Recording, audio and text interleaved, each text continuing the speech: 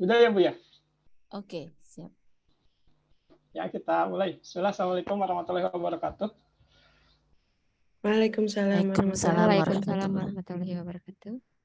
Ya, selamat pagi rekan-rekan mahasiswa semua. Kembali lagi kita berjumpa dalam mata kuliah operasi teknik kimia yang ketiga gitu ya.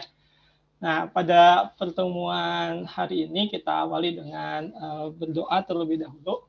Berdoa dipersilahkan. Ya, selesai. Selanjutnya silakan rekan-rekan semua untuk mengisi presensi bisa diisi di kampus ya.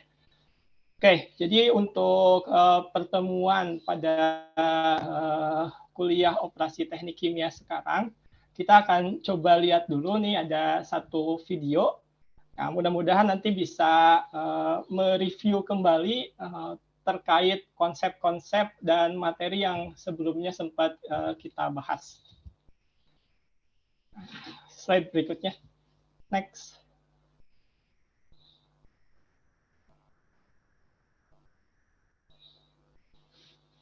Nah, ini kita lihat dulu videonya ya.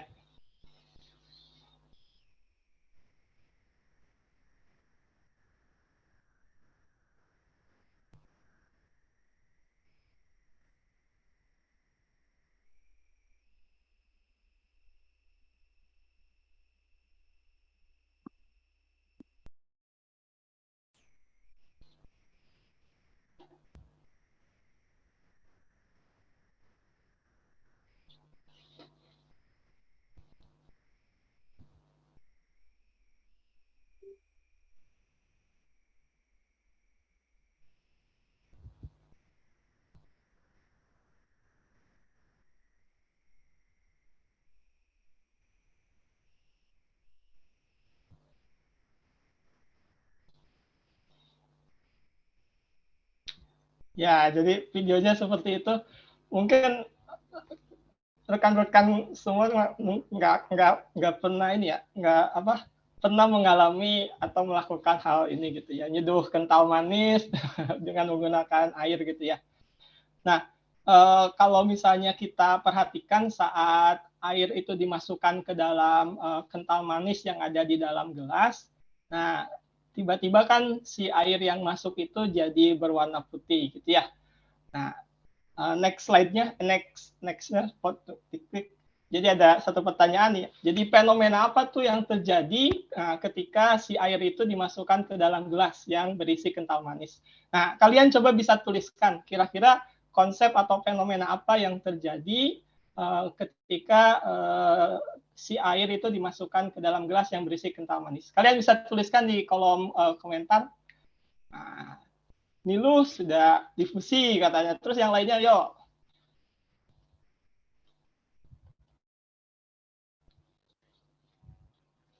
Wah, baru satu orang nih, yang lain. Oh, pencairan. Terus yang lainnya, yuk. Dua orang melarutkan. Oke. Okay. Jadi ini udah hampir semuanya menjawab. Ada beberapa jawaban yang berbeda gitu ya. Nah, jadi ada difusi, pencairan, pelarutan gitu ya, dan homogen ya. Apa nih homogen? Ya, jadi kita coba masuk lagi ke slide berikutnya gitu ya. Kita coba keep dulu jawaban-jawaban yang tadi sudah disampaikan. Nah, next slide-nya. Nah, di sini kita lihat kembali videonya. Nah, silakan di-play.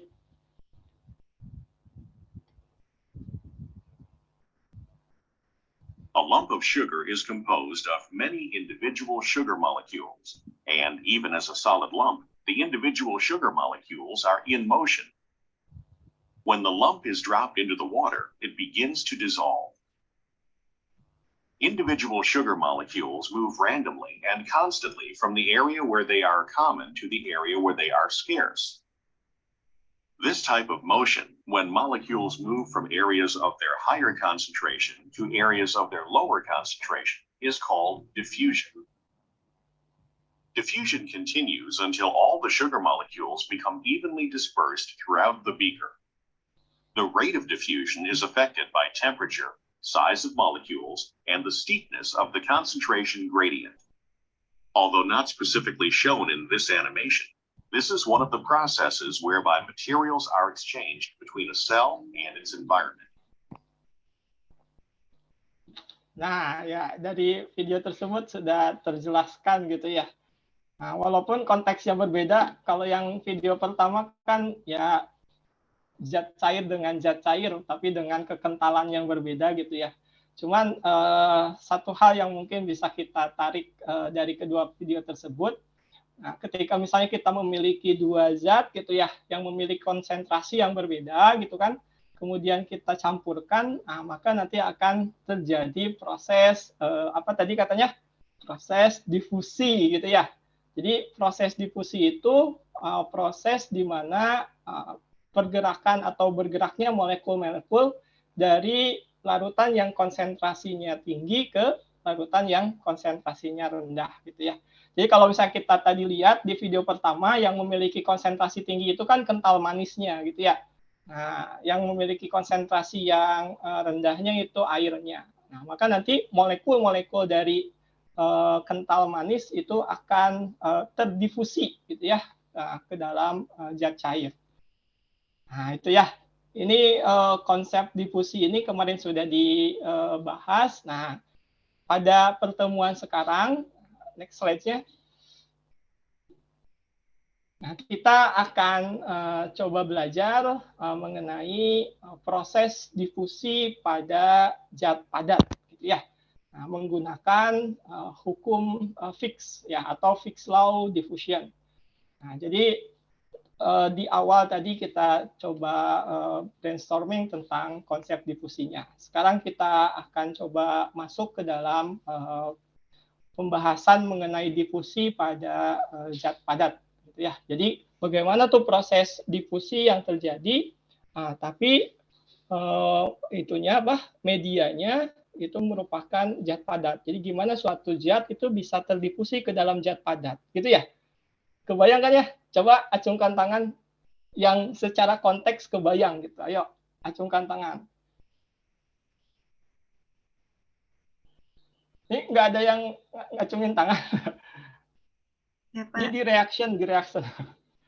Bisa ya, jadi bisa nangkep ya. Jadi konteks pembelajaran yang akan kita coba bahas di pertemuan sekarang, kita akan coba meninjau proses difusi tapi pada zat padat. Ya, bagaimana suatu substan atau zat itu bisa terdifusi ya, bisa masuk ke dalam zat padat. Oke, next slide-nya. Nah, jadi proses difusi pada zat padat ini bisa terjadi melalui beberapa mekanisme gitu ya. Nah, tapi nanti kita bisa coba tinjau, kita bisa coba analisis, dan bisa kita coba deskripsikan gitu ya, proses transfer suatu substance melalui proses difusi itu menggunakan hukum yang sama dengan hukum yang bisa digunakan pada zat cair atau fluida gitu ya, yaitu hukum Fick's atau Fick's law. Nah, Fick's law diffusion ini nanti bisa kita terapkan ketika kita membatasi gitu ya. Jadi kita batasi variabelnya. Nah, kita kalau kita menggunakan Fick's law ini, maka ya kita konsentrasi jadi ini. Ya, jadi kita bisa menerapkan Fick's law ini ketika si konsentrasinya itu tidak bergantung, jadi kemampuan diffusivity-nya gitu ya. Jadi kalau misalnya kita memiliki suatu zat, misalnya kita memiliki suatu zat yang akan berdifusi, nah kemampuan difusi zatnya itu independen terhadap konsentrasi, gitu. Jadi tidak bergantung terhadap konsentrasinya. Kemudian juga kita bisa menggunakan Fick's law ini ketika aliran yang terjadi pada zatnya itu tidak dalam bentuk aliran bulk gitu ya. Jadi dalam kondisi yang sangat banyak gitu ya alirannya. Jadi hanya sedikit-sedikit. Nah, laju difusi dari suatu zat itu nanti secara persamaan menurut Fick's law diffusion itu nanti bisa dinyatakan dengan simbol Na. Nah, jadi laju difusi dari suatu zat, ya misalnya ada substance A gitu ya. Nah, maka nanti laju difusi suatu zat tersebut pada zat padat. Nah, itu kita nyatakan dengan Na. Nah, nanti nilainya itu akan sebanding katanya dengan gradien konsentrasi gitu ya dari arah difusinya. Gradien konsentrasinya itu dinyatakan dengan ddZCA gitu ya. Nah, CA-nya itu konsentrasi dari si zatnya, nah, Z-nya itu adalah luas penampang gitu ya, luas penampang dari si zat padat yang nanti akan terdifusinya. Nah, sehingga nanti dalam bentuk persamaannya kita bisa nyatakan laju difusinya itu Na sama dengan minus dA dikalikan dengan dCA per dZ gitu ya. Nah, ini diferensial. Nah, ini persamaannya, di mana nilai dA-nya itu nilai diffusivity-nya gitu ya. Diffusivity dari zat A yang melewati suatu zat padat gitu ya. Nah, jadi nanti bisa kita dapatkan dalam atau dengan menggunakan persamaan ini. Nah, kira-kira bisa dipahami. Kalau ada yang mau ditanyakan dulu silakan. Yeni gimana? Yeni bisa dipahami ya? Saya Pak ada pertanyaan Pak. Oh iya, silakan. Itu minus tuh artinya kenapa Pak itu tuh Pak? Na sama dengan minus DA Pak. Oke, ya jadi tanda minus itu nanti kan kalau misalnya kita melakukan kita meninjau proses difusi itu tadi, difusi itu kan dia pergerakan molekul dari konsentrasi yang tinggi ke konsentrasi yang rendah kan gitu ya. Betul kan? Nah, terus kalau misalnya kita meninjau perubahan yang terjadi kan, perubahan itu biasanya akhir, selisih kondisi akhir dengan kondisi awal kan gitu ya. Nah, jadi kalau misalnya proses perubahan atau ya banyaknya subsen yang nanti berkurang, kita selisihkan kan jadi kecil ya, kecil, konsentrasi kecil dikurangi konsentrasi yang besar kan gitu ya. Nah, jadi nanti menghasilkan tanda negatif. Nah, tanda negatif itu nanti untuk menyetarakan nilai lajunya gitu kan. Kalau laju masa negatif gitu ya. Iya. Terima kasih Pak. Ya, seperti itu. Ada lagi yang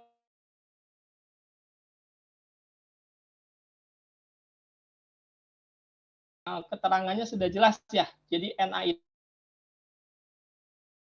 substance A, dA-nya itu nilai diffusivity-nya. Nah, diffusivity atau kemampuan suatu substance untuk berdifusi melalui suatu zat padat gitu ya. Kemudian ddZCA-nya itu gradien dari konsentrasi gitu ya, seperti itu. Oke, kalau nggak ada yang mau ditanyakan, kita lanjutkan.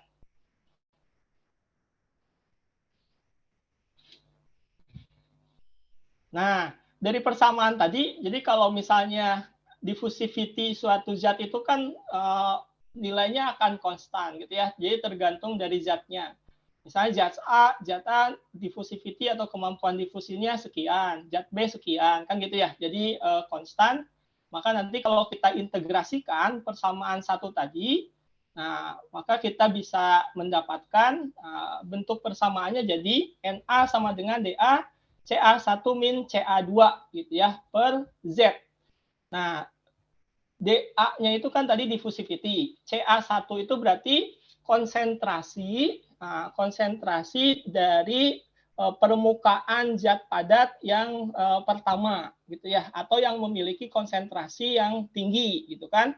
Kan difusi itu dari konsentrasi tinggi ke rendah kan gitu ya. Maka nanti CA1 ini adalah nilai konsentrasi yang dimiliki oleh bagian permukaan zat padat yang konsentrasinya tinggi.